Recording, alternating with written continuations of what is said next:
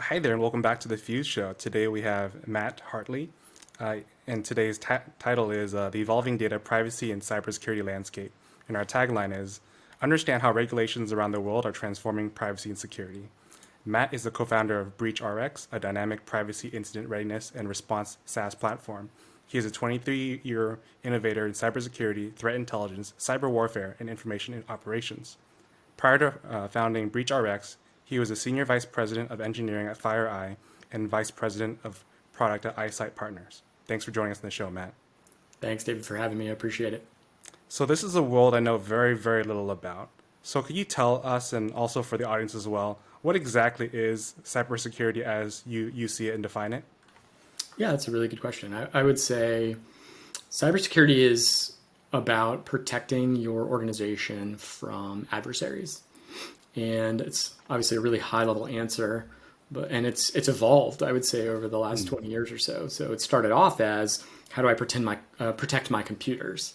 So it very much, technically oriented, protect my data, protect my computers.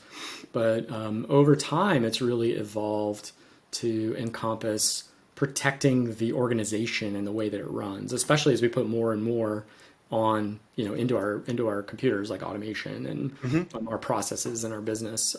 Payments, kind of everything in a business now is automated, and so it's sort of evolved to take much more of a risk slant, really understand the risk to the organization, and then how do you reduce your risk. And when you're talking about risk, you're talking about financial risk, personal risk. What is the scope that you're trying to protect?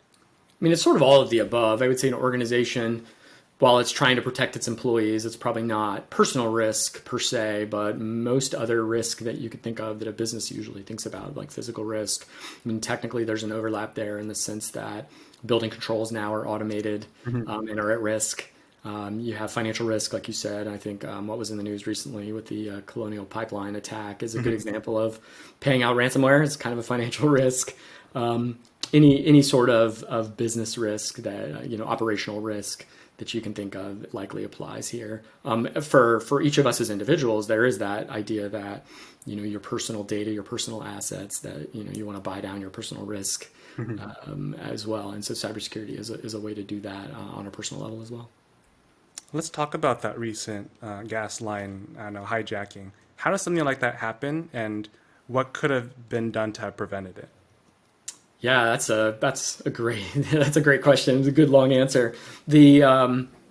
So ultimately, it sort of started off. There's an adversary group that's known as DarkSide. It's a group of bad guys, basically, and they actually run ransomware as a service platform. And as you can imagine, that's something that's also evolved over the last 10 or so years, along with kind of as a service in the computing world in general and the software world in general. Bad guys sell their software as a service, their malware. And so what happened in this particular incident was, and all this is based on kind of what's in the news. The Colonial Pipeline was compromised, and ransomware was installed throughout their corporate network. And because of that, and because they didn't really have their arms around how fast this ransomware was spreading in their network, they shut their industrial control systems off as well. So they shut their pipelines down. And if you're not familiar with ransomware, what that is basically is it is malware that's installed on your computer, and it will encrypt some or all of the data on the computer and then demand a ransom to decrypt it. And adversaries have been increasingly using this. It's actually pretty insane right now, the number of incidents a week that's happening. But ultimately, you have sort of a decision to make if you have one of these events, and it kind of goes down to, can you either hire someone to crack the malware so that you can decrypt it with a password, pay out the ransomware to get your stuff back, or bite the bullet and reload your entire organization, potentially. So using backups that you hopefully have and that are hopefully safe and protected, and be able to restore from that. So from what I've read in this case, the Colonial Pipeline folks shut their pipelines down in part because they didn't have access to their billing systems anymore. And so they couldn't actually see who was getting oil and whatever else they are delivering. And therefore, they felt like they needed to shut their pipeline down. And they also, again, weren't sure where that malware was and if it could potentially compromise that. those networks, the industrial control networks. So yeah, I guess that's sort of it in a nutshell. So an adversary, for them to do this, do you think they had like physical access to a terminal, or do you think this was something through like a remote like execution through vulnerability? My guess in this case would be it's a remote Okay. access vulnerability, or it could have been a sort of what's really common in a lot of these ransomware events is someone gets phished inside the I see. organization. There's sort of a myriad number of ways that boil down to how do I get that foothold in the as a bad guy? How do they get a foothold in the network of the organization they're trying to compromise? Phishing is the most common, so it's sending an email, hopefully getting someone to click a link, for example. I think most folks nowadays hopefully have been exposed to some training on phishing and don't click everything that you get an email. Hopefully at this point, but yeah, that's a really common attack vector. So is there some like malicious person out there who's just like automating emails to like a whole variety of companies out there trying to hope that someone bites and clicks on the link? Is that how it works? Oh yeah, that's definitely one of the ways. So what's fascinating about the sort of underground and the different types of criminal, cyber criminals, if you will, that are out there are they look more and more like businesses. And so, I mean, they're early on in kind of like the early 2010s. There were a lot of what were called bulletproof hosting providers at that point. So literally, they were like ISPs for bad guys, and you would see back then. Are those legal? Are those legal? Are those like quote unquote like bulletproof ISPs? Are they legal to operate that way? No, I mean, probably in some countries they're gray area in the Okay, I sense see. that their laws in some countries are not thorough enough to really Okay, call I it see. illegal. But they're an ISP. I mean, they have support. So they had support people. Had tier 1, tier 2 support. They had marketing. They had sales. I mean, it was like a full business, and that was in kind of early 2010s, and that's just evolved. So as I mentioned, like the dark side folks here with this Colonial Pipeline attack, where ransomware is a service, and so you as a bad actor, like 20 years ago, you as a bad actor had to build your full stack to attack someone, and now you can pick off pieces. You can buy pieces, rent pieces, and use as a service to launch your attacks. And so in this particular case, it seems a little unclear that's what's out in the public, but it seems like maybe it wasn't the dark side kind of ransomware as a service group themselves that attacked Colonial Pipeline, that it was one of their providers, I see. or I'm sorry, one of their customers. Customers, yeah. Yeah, and so which was interesting because you saw the dark side group basically say like, well, we're going to change our ransomware so that you can't attack certain industries anymore. So they didn't like the negative publicity, obviously, because it hurts their bottom line. Right, And so right, again, right. like their business, and that's how a lot of these criminals operate now. It's interesting that you can buy so many things on the internet. I would not have thought you can buy this sort of stuff. Yep. Yeah, I mean, literally, there's forums where you can buy it. They advertise. You can get a sample. And what's really interesting too is obviously there's much like in the criminal underground, there's groups that are organized. You'll see a group build a set of capabilities, and then they're doing research and development. So they build like version 2.0 of their capability, and then they'll go sell 1.0 out in the open because they have 2.0. I see. And so then as they continue to evolve, they sort of push their older code out to a broader market. It's a huge problem. I mean, the proliferation of these types of capabilities. And especially when you start to look at some of the nation state attacks and how they overlap here, you start to see like military grade tactics being exposed to these criminals who then adopt some of those same techniques, and just sort of ups the ante for all the defenders in the world to try to kind of keep up with the increasingly complex attackers. So how if you're just, I mean, I'm assuming neither of us really knows, but like if you had to speculate, how big are these adversary groups? Is it like one genius dude who's like sitting in the dark with his computer, or is it like 50, an army of 1,000? I mean, it varies. I don't know. I mean, if you include nation states, then sure, Okay. probably thousands because you got militaries. Yeah, yeah. But I would say most of the criminal groups are in the kind of tens to low hundreds, maybe. But it sort of widely varies. Very, very unusual nowadays to see kind of the one Lone attack, wolf. like the lone hacker. Okay. sort of in the same way, like a lot of folks think in science, you have like the genius inventor who does all the work. It's not really the case, right? There's a team behind the inventor. Similarly here, I think, largely nowadays, it's a group of folks that are doing things. And as they're more successful, they hire more people. I mean, we've seen criminals over the past, decade, we've seen criminals advertise on places like Monster to try to hire folks. I mean, it's that insane. Like goes back to, what was that TV show back like Alias, right? Where you think you're working for a legitimate organization, but you're actually working for the bad guys. Like there's been actual instances of that in the last decade where folks were hired legitimately, thought they were doing legitimate business, but were actually basically money laundering. So I guess that enters the atmosphere of or the landscape of cybersecurity. What is your role in this to prevent these from happening for your clients? Yeah, so at BreachRx, our goal is to help customers with the ability to be ready for these types of attacks, and then to recover from them if they occur. And what we've seen is even the largest organizations that are out there aren't very well organized for an event like this that happens. If you go to the very top of the market, like the most sophisticated, largest enterprise, they're going to have a lot of folks sort of focused on this problem because they're going to have a lot of incidents that go on all the time that are really little. But when you get outside of that kind of like Fortune 50 range, then what we've heard repeatedly from like law firms that we talk to and consulting firms we talk to is no one's prepared. Like no one's really organized, no one's really ready.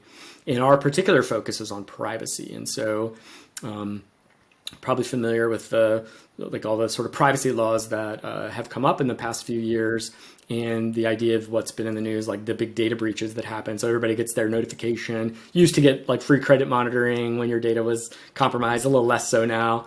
But our goal is really to help companies through that process because a lot of times they're using paper, or they're using spreadsheets or Word docs, and they're using conference calls.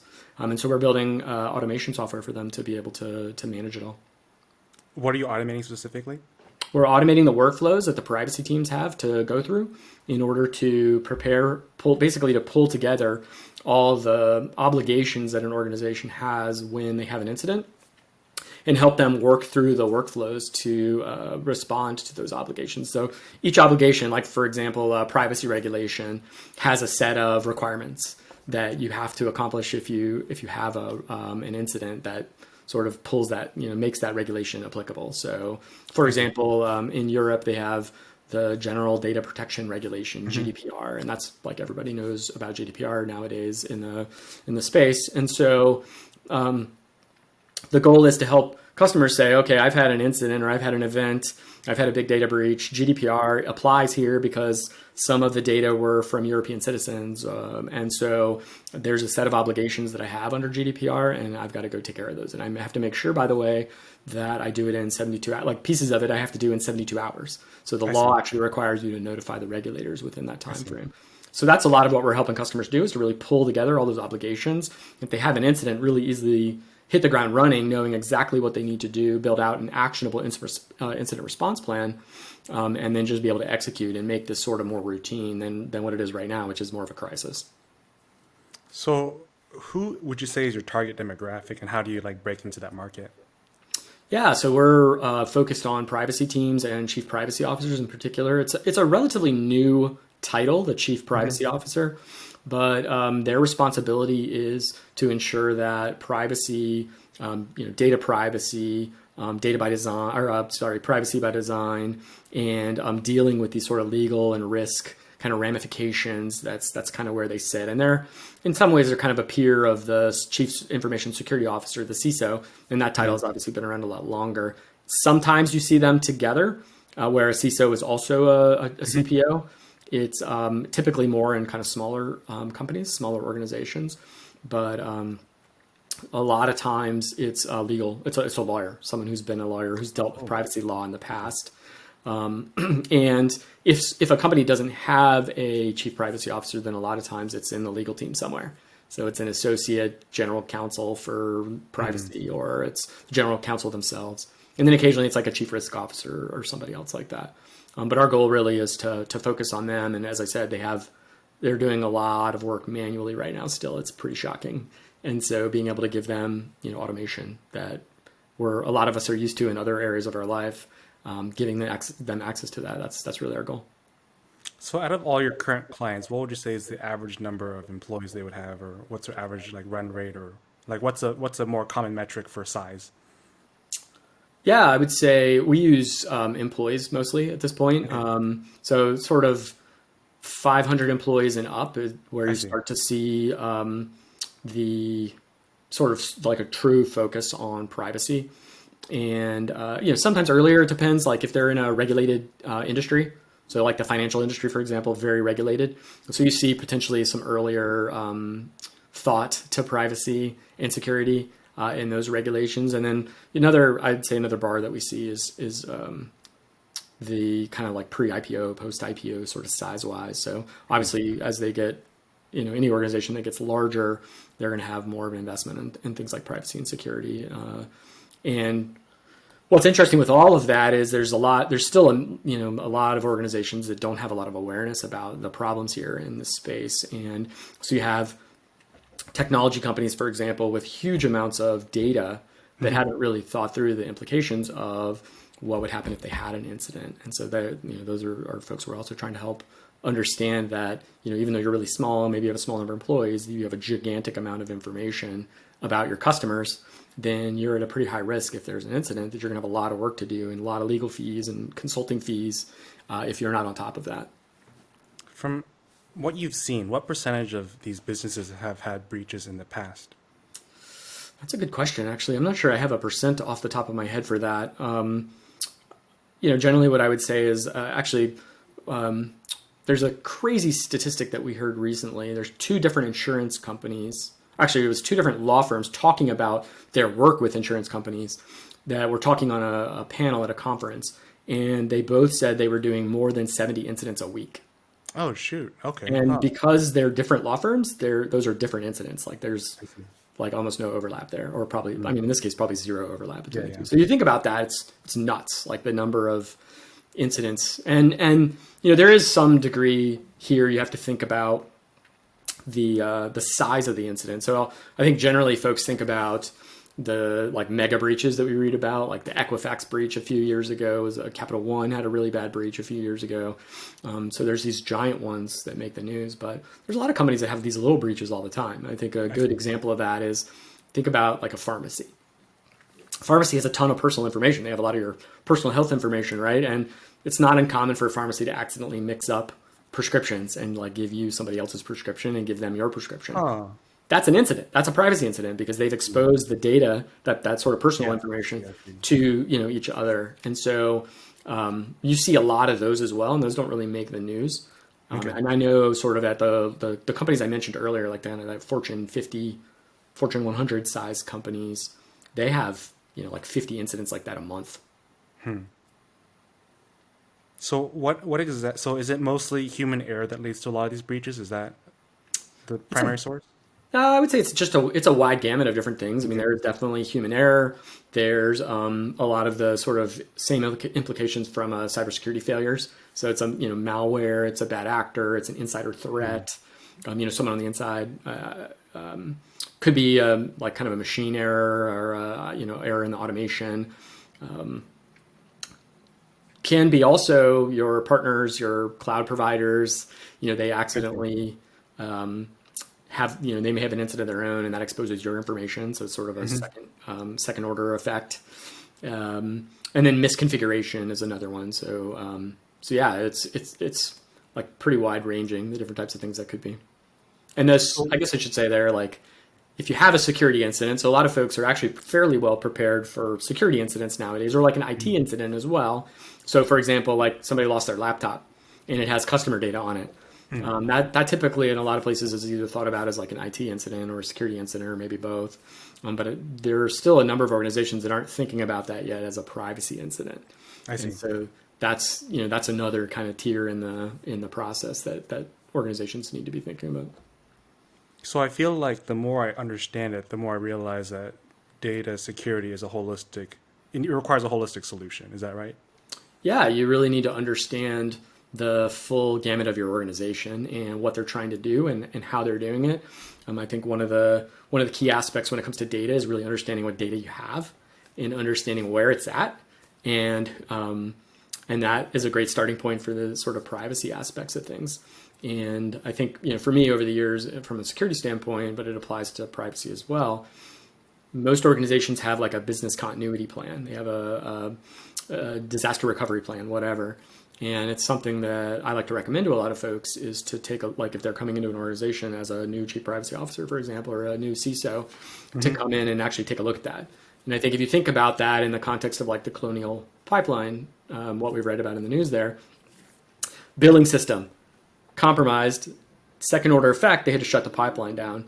So you would hope that if someone had gone in there and taken a look at that disaster recovery plan that they probably had, then there would be, kind of like that, here are the processes that we have, and then there's some thought to like, well, what if there's like an earthquake, or what if there's, some other type of event, and try to apply those same approaches, to those types of disasters from a cybersecurity and from a data privacy standpoint as well.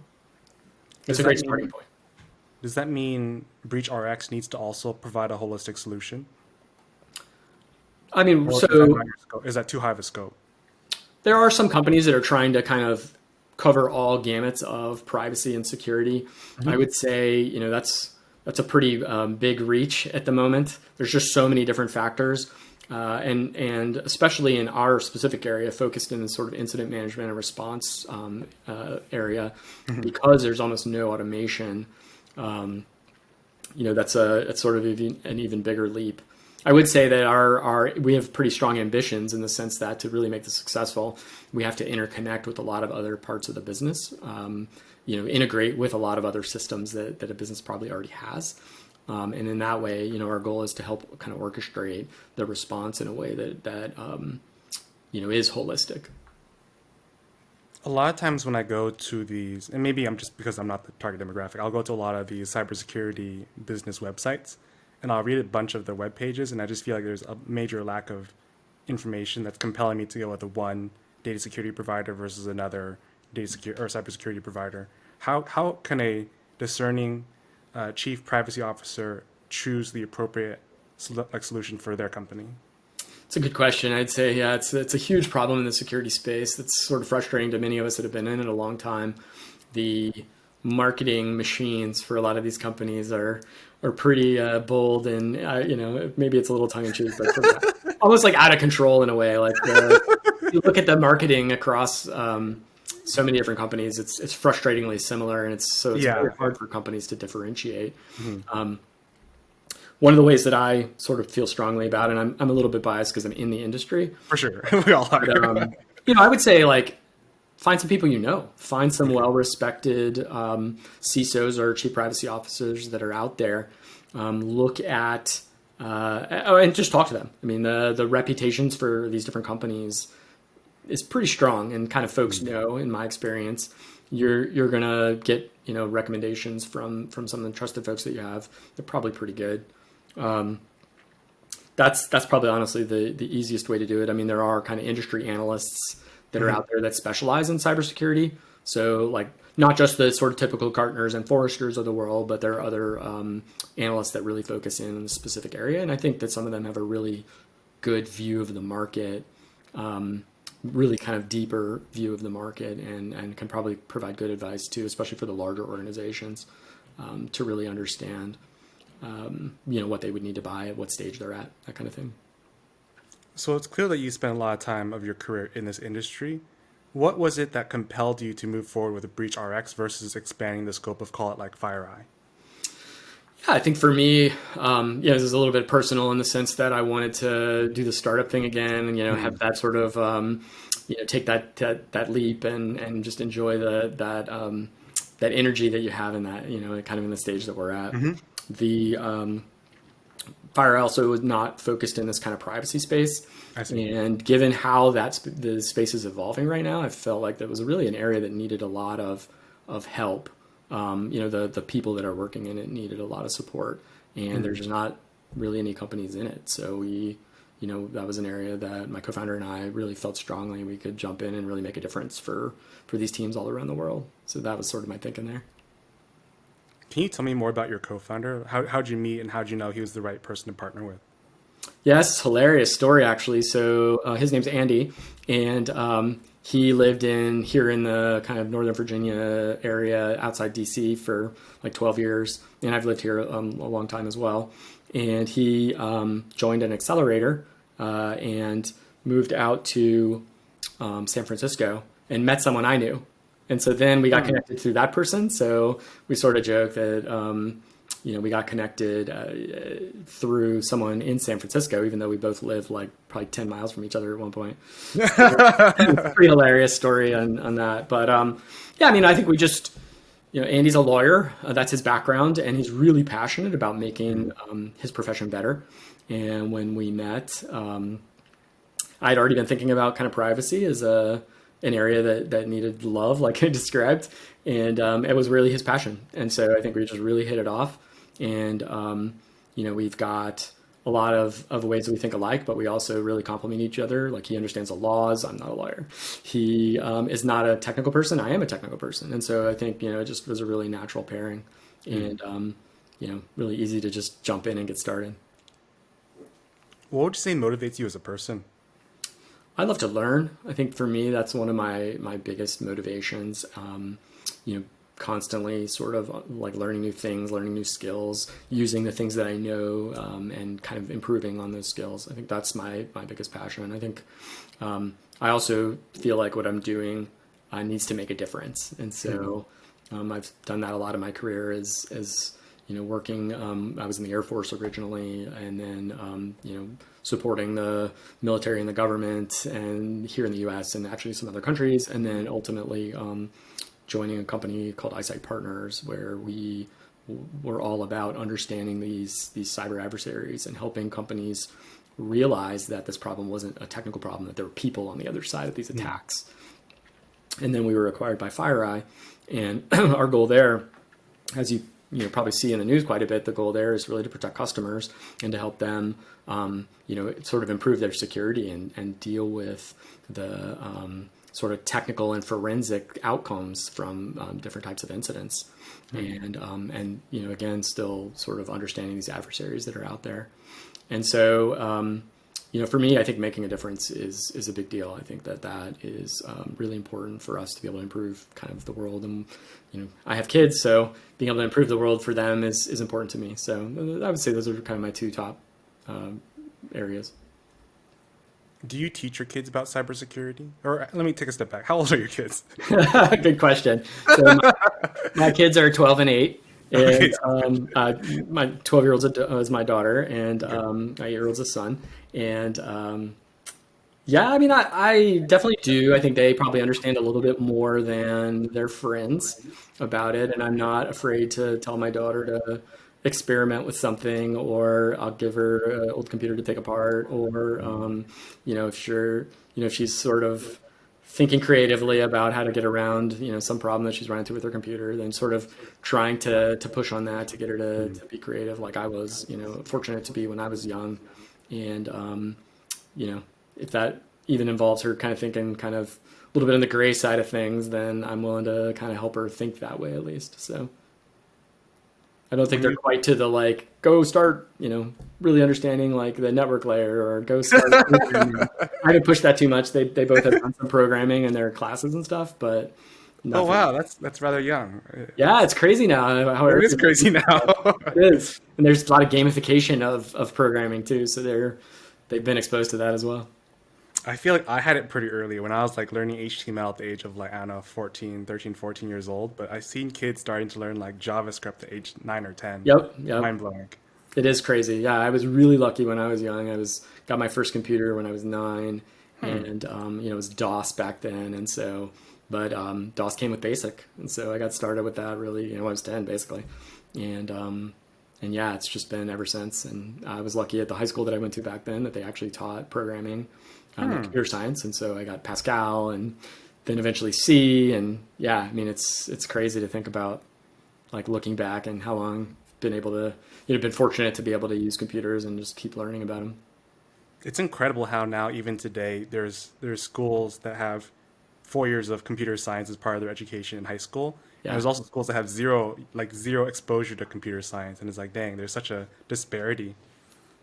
Yeah, I agree. I think, one of the things I always tell folks, so where I went to college, the school required everyone to do like a first, like a 101 computer science type class. And it was an engineering school. So like you had someone who was like a mechanical engineer doing like trying to learn programming. And the key thing I always sort of tell folks is like the key for programming is logic. And so if you Yeah. can think logically and sort of express yourself logic, through logic, then you're going to be a successful programmer. And so I think that folks that aren't exposed to programming, obviously there are other ways to learn that sort of logical thinking, but I find programming is a really nice way to learn it in an applied way. So like, hey, I have this idea, I'm going to go actually like build it. And so yeah, I agree with you. Like missing out on that is sort of a bummer because it's a lot easier than like doing it mathematically or something else. I remember my first introduction to computer science. I wouldn't even call it a computer science problem, but it's more of like a logical problem where you simply have to write the instructions on how to make a peanut butter and jelly sandwich. And it sounds really simple until you realize that everyone, 100% of the class, left ambiguity in their answers when we all submitted our what we thought to be the correct instructions to make a peanut butter and jelly sandwich. And I think the funny thing about computers is that they're so smart and so dumb at the same time. They do exactly what you tell them to do, and if there's any ambiguity, of course, it's not going to work the way, or there's a low chance it works the way you want. Yeah. Yeah, agreed. I mean, it's a tool, right? And so you can think of it like a hammer or a screwdriver or whatever. You can make it do some super complex things that humans can't even do, but you can also mess things up pretty badly. So yeah, it is amazing. I like that, smart and dumb at the same time. That's a good quote. Yeah. So when you're trying to compose a team for your company, no doubt you need software engineers. Do you look for a specific background in software engineering? Do you like test them with like capture the flag games? Like how do you find the right skill set for the right engineer for your company? Yeah, good question. I mean, I think first off, team fit is super important here, especially in a startup. And so, just getting comfortable with them, really understanding their creativity, how they think. So for me, that's sort of first step is really just sort of seeing how they answer questions, how they compose themselves, seeing, asking some questions that are a little bit off the wall that sort of, you don't hear in interviews all the time that people have the canned answers for, right? Trying to find some creative answers and seeing how people react. It's a great filter. Just to, creativity for me is super important. People that can think flexibly, in my experience, have been much more successful. And then from Do you have a there, go-to question? sorry that. Do you have a go-to question to stress to figure out their creativity level? Oh, I can't give it away because then somebody might prepare for it. Oh, that's fair. All right. Yeah, I mean, I think there's just things that have nothing to do with technology, that have nothing to do with like math or science, just sort of crazy off the cuff. I mean, actually, so when I was running product management, one of the questions that I used to ask was, where do you see technology going in 5 years? Okay. Like just super broad, super Yeah. open-ended, but making them kind of think forward. And some people were super flustered by that. They just couldn't answer. I mean, I literally couldn't put out an answer. And then other folks would sort of grab onto something and just run with it and say like, well, here's where and then there would be a number of folks who would also ask questions like, well, what do you mean? Like technology, that could be anything. And so it's just seeing how they ask the question, seeing if they ask the question, or just were they confident they just grab it and kind of think forward or whatever. That was one of my favorites back then. And as a product manager, your goal is to intercept the future of the market. Like that's what I think about when I think about product management. And so, people that can answer that question well, it's a good, positive sign to their ability to do that job. So, and then I guess going back to the kind of technical engineer type role. Yeah, I think ultimately I think you have to kind of probe for technical skills. I think, my experience, you don't hire from like by yourself, right? You got to pull your team in for that. And so, if that's somebody's really good at one aspect of the technology that you're using, somebody else is good at another aspect, and whatever, you kind of use everyone to try to get that kind of full picture of the person's technical skills. And then, maybe you throw a code challenge at them, depending on the role. and see how they do, and then have them not just kind of send you the code sample, but actually walk you through it. I think that's another thing that I've seen, that people can throw code samples over, and even if you can tell they wrote it from scratch, getting that view of them walking through the code, you hear a lot more about how they're thinking and what they were thinking when they wrote it, and if they knew they took shortcuts or what they would do to expand the code, things like that. When you ask for like code examples, are you talking like lead code level stuff, like typical coding questions, or are they like more specific to security and privacy? I would say standard ones generally. Depends on what you're looking for. I mean, our like in my experience, the preference in security and privacy is always to try to find someone who's been in that space or had some exposure to that space. Okay. The challenge you have is there's just not enough people in security, like period. Right. Yeah, and so finding folks like that, it can be a real challenge. And so you do what you can there, and then I think ultimately you look for folks that can learn rapidly, that are creative, and have the right foundation, and then you can teach them. And I've had a ton of success over the years building teams that way, where you have to bring people in with the right foundational skills, and then you can teach them the elements of security or the elements of privacy they need to know in that particular role. How different would you say your role as a senior vice president of engineering at FireEye versus a CEO of BreachRx? How different are those roles? Yeah, so I'm chief product officer here, so it's sort of a much higher level focus. So being an engineer engineering leader at FireEye, when I was there in particular, was a lot less about the business and a lot more about the technology that underpinned the business. So you still had to understand the business, you had to understand the competition. And for me, because I was doing product before that, it was sort of natural. But you weren't the GM of the business, so you weren't responsible for the success or failure of the business, and in a lot of ways, you weren't necessarily responsible for a lot of the decisions that were being made around those businesses. In my role as chief product officer at BreachRx, I'm responsible for the growth of the product, and the product is the business. And then I'm also responsible for all the kind of engineering aspects as well. So it's a much broader scope, and I find it more exciting because not only are you thinking about what you're building and how you're building, but then how do you apply that to the market, and then going back to what I said earlier, how do you intercept where that market is going before the market's actually there. How big is your team right now at BreachRx? We're 5 folks. 5 folks, okay. So real small still. Yeah. So have you thought about culture, or do you feel like it's premature of a conversation and culture is just literally just your natural or organic interactions now? I mean, I think we have a few elements of sort of our core culture is formed to some degree. I think, for example, one of the kind of strong tenets we have is, I don't know that we have kind of like the right catchphrase for it, but it's sort of like speak up. I mean, ultimately, when you have a really small team, if I'm making a mistake, I want to know as soon as possible, right? Or if I've done something that isn't most efficient, like I have to code still. And so if I'm in there coding something and it's not the best code, then I want someone to tell me, hey, dumbass, you're not writing great code here. You can do this better this way. And so we have that sort of culture of speaking up and being constructive with each other about like those times when that's needed. We also, we work hard, but we also like to, kind of enjoy what we're doing, have fun. And one of the other things that we've sort of built up is just having a more casual kind of team lunch, every other week. Like just with Zoom and everything else, it's kind of, not as fun as it would be in person. We're a distributed team. And so with pandemic plus distributed, we've been doing kind of Zoom team lunches. But it's just great. You just get to know each other better, and it just makes everything else easier when you have kind of a comfort with everyone. So those are kind of some of the aspects of our culture that we built up so far. Do you personally know all those 5 people or 4 other people well? Yeah, I'd say pretty well. I mean, I haven't, because of our distributed nature, like I haven't met everybody's family yet, for example. I would want to do that though. And, at some point, now that, things are looking upward for the pandemic, we'll have everyone here in the DC area and probably invite everyone over and, have a barbecue out back or something. But that's it's definitely where I want to be. So it's relatively uncommon for me to see people to go from top levels of leadership to wanting to be a founder of the next business, just because they usually get comfortable in their lives. They like the compensation, the work-life balance is really, really nice. The vacation is almost non-existent in startup life. Yep. How do you balance all that, or do you? Oh yeah, I mean, I think I've had to do this for many years now. Is I think you have to think about your family and make time for them. And so, Mm.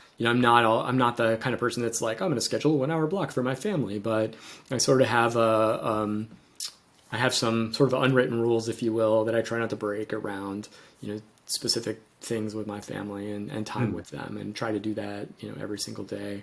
And then, yeah, I mean, there's sort of ups and downs in life, and sometimes you're crazy busy, and then other times it's not as crazy busy. And so, taking advantage of those times when you can to actually give a little more focus to family and friends and things like that, I think is really important. So that's generally like kind of my guiding principle is ensuring that you're making that time, Mm. and then kind of everything else I find just falls into place. Are you concerned financially about like making the jump? I imagine a lot of our viewers are people who are in corporate and they're like, I love my idea and I want to execute on it, but the comfort is hard to leave. How'd you go about that conversation in your mind?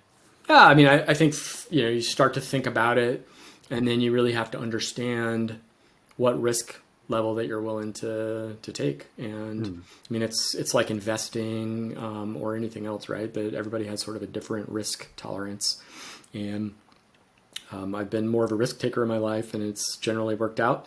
And so, I think that my risk tolerance is pretty high, so I was willing to take the risk. I think also, depending on what industry you're in, like privacy is a great example, or security. There's a lot of industries actually.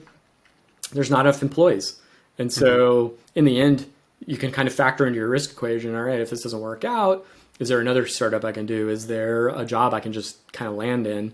Not saying it's necessarily easy, but ultimately, in a lot of fields, it's like, well, if you can kind of go back to what kind of some sort of more regular job, quote unquote, that you had maybe had previously, then that lowers the risk, potentially some. But I think ultimately you start to understand, all right, like, well, what level of risk I'm willing to take? Well, how early a startup, if that's what's exciting to you, like how early a startup are you willing to go into? And then from there, you can start to do the kind of financial math of, all right, well, it's a pre-revenue startup or it's a Series B startup with lots of cash put in by VCs. And then that gives you a sense for the risk that you're willing to take. I think it's fairly simple. And then maybe the last thing is like, think about your passion. If you're in a comfortable job, but you're just not excited anymore, then, I kind of factor that in as well, as like, if you're not learning something new, then, maybe it's time to take the leap. When you think about liquidity events for your business, what timeline are you thinking of? Yeah, I mean, I think for me, there's no specific timeline that you can think of. You really have to think of, how do I build a business right? And I've Mm. seen businesses built over the years that were built to flip, and then for whatever reason they didn't flip, and Okay. that was like a crash and burn. And Yes. so, when you have a business and you hire folks, their livelihood is sort of latched on to the success of the company and your success. And so, Right. really, I've found, and like I mentioned earlier, as part of iSIGHT, being able to actually see a win and go through that process, with our successful sale, I think, and what that did for all the employees, Mm. the just working hard to have a really good business to help folks out in the industry, and things will fall into place. So I think if just the general answer maybe would be like, if you're doing a startup, you got to expect like a decade. Like, you just have to think about it that way. And then if you build a good business, maybe it comes sooner, maybe it doesn't, maybe it takes longer. A decade is definitely hard to. A decade ago, I was a completely different person. It really is crazy to think about. So, I mean, I was like employee number 50 or 60 at iSIGHT. And so they had been going 2, 3 years, they'd been going 3 years already, almost. Yeah, 3 years. And, it took us, 6 more years to sell. So I was there for 6 years. Some of the folks were there like 9 years. And, so yeah, you don't think about it when you start, but then when you get to the end, you're like, oh yeah, it was that long. And then at Fire, like a lot of folks stayed at FireEye. And so now you're like, so I was at FireEye for a little over 4 years. And so now I tack that on. That was over a decade that I was between iSIGHT and FireEye. So yeah, I mean, I think when you start out, you don't think about that kind of time, that time window, but that's not unusual. If you had to start over in the sense that you go back, assume you had like zero money, but you keep all of your like knowledge, experience, and like I guess everything you've ever learned in your life, what would you do? Would you do the same thing? Yeah, I mean, I think the first part of my career was super rewarding and gave me a huge sort of deep technical understanding.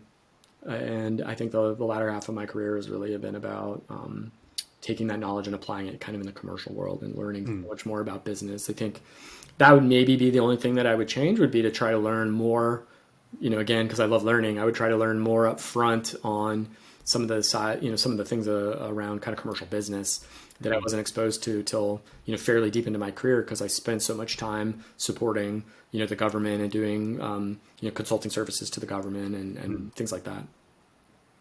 So how do you learn nowadays? Like, what is your best mechanism for expanding your brain? I read. I can't keep up with the amount of information that's coming in, honestly, but I have a bunch of kind of newsletters that I like to read. There's different sites, like Medium is a great site that just pumps you with stuff that is interesting. If you're willing to kind of, again, like give up a little bit of personal privacy, as you use something like Google to look at the news, it'll actually learn what you're interested in. So I've actually kind of trained my Google news feed to look a little different than some of my other news feeds. So I just basically have a bunch of sources of information, and I just try to read as much as I can with the time that I have. So usually, like at lunch, I'm reading what's going on. At night, I'm reading what's going on. So, that's kind of the way that I learn. And then after that, it's kind of using it or applying it. And I think that stretches over to like my hobbies. So thinking about all the different things that I've done, and it's like read, okay, go do it. And so that's it's the same kind of thing. Do you have a ballpark number of hours per week that you'd read on average? I wish it was more. It used to be a lot more. So pre-startup, I would read probably I could read a book a week probably. Okay. Now, because of startup, it's like maybe a book a month if I'm lucky. And that's on top of sort of the, sites and Newsletters. stuff that I'm Yeah. reading. I mean, it's tough to say because it sort of depends on what you're doing. Like I mentioned, I've been, coding more, like probably the first time in a really long time. And so doing that, I mean, you're sort of reading constantly, like, all right, I want to use this library. I want to see, I got to learn this particular technique or whatnot. So then you're reading like the docs for that particular library or whatever. So it's tough to say. I mean, I would say hour to 2 hours a day is, kind of ballparkish, but it goes up and down depending on what's going on. You mentioned how you feel like you're getting into coding after a long time of not coding. How long is that gap? Oh man, it's ridiculous. It's like 10 years easily. Shoot. Okay. Probably longer. I mean, there's a little bit in there of like at one point wanted to learn how to do something, so I just like whipped out some quick Python code to do that. But that was more like a little personal project. But actual like real coding, I mean, yeah, easily it's probably longer than 10 years, probably like 15. So yeah, it was crazy to jump back in and plus learning like a whole new programming language. It's because what we're using, I hadn't been exposed to previously. So I left Uber as a software engineer probably about just roughly a year ago. So it's been 1 year that I have not been coding. okay. It's a very different world. Like I feel like I've forgotten a lot of it, but I also feel like, like certain concepts that I struggled with in the past, they make more sense to me now at a high level now that I've seen like more, I guess, of its applications in the real world. And it's kind of interesting. Yeah, I mean, it makes sense. Like the the application of knowledge, like applied learning, I think is sort of the best way to learn something new. And so if as you're getting exposed to how things are implemented, then it makes sense that you could understand concepts potentially that were more challenging earlier when you're just thinking about it purely from kind of a coding standpoint. But I would say like if I'm able to do this like 10, 15 years after like the foundations of programming, right? They just kind of come back to you. And so Right. then it's really just like learning the language. And so, I mean, I'm fortunate. I don't know, probably like between 5 and 10 languages that I picked up and had to learn over the years. So it was sort of like dusting off the cobwebs and then like, all right, got to learn a new language. So What advice would you give founders or soon-to-be founders that are watching this show? Good question. I'd say be organized, do it right from the beginning. It's a advice that I've heard over and over. I heard it again recently. It's sort of just like don't take shortcuts because they'll bite you later. I mean, ultimately, I mean, it could be simple stuff like make sure you've organized the company correctly. Make sure that you've got your board meeting minutes like captured and don't lose them. Stuff like that. I mean, I've heard the horror stories over the years of like companies acquired and they have to go back and redo their entire board, like every single board meeting and all the minutes and everything else since the beginning of the company because they did one thing wrong at the beginning. So that's one thing, and the other thing is hire right. Like make sure you're in the right team and you have the right folks, and be passionate. Like if you're not passionate, you're not going to succeed. So, and you want people around you, that are passionate also. Definitely. Last question. What's the best way for our viewers to get in touch with you if that's something they'd like to do? Yeah, they can just email me, mhartley@breachrx.com.